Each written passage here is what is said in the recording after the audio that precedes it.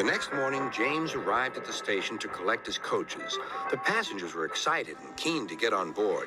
The platform was crowded, and the porter was in a hurry. "Mind your backs," he shouted. Then there was trouble. The beehive fell and broke open. The station cleared like magic. James heard a familiar buzzing. The bees were too cold to be cross, so they buzzed around the fireman, hoping he'd mend their hive. But he didn't understand, nor did his driver, so the bees turned to James. His boiler was nice and warm. Buzz off, hissed James.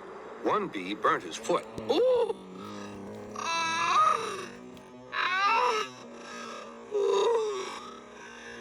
The bee thought James had burnt him on purpose.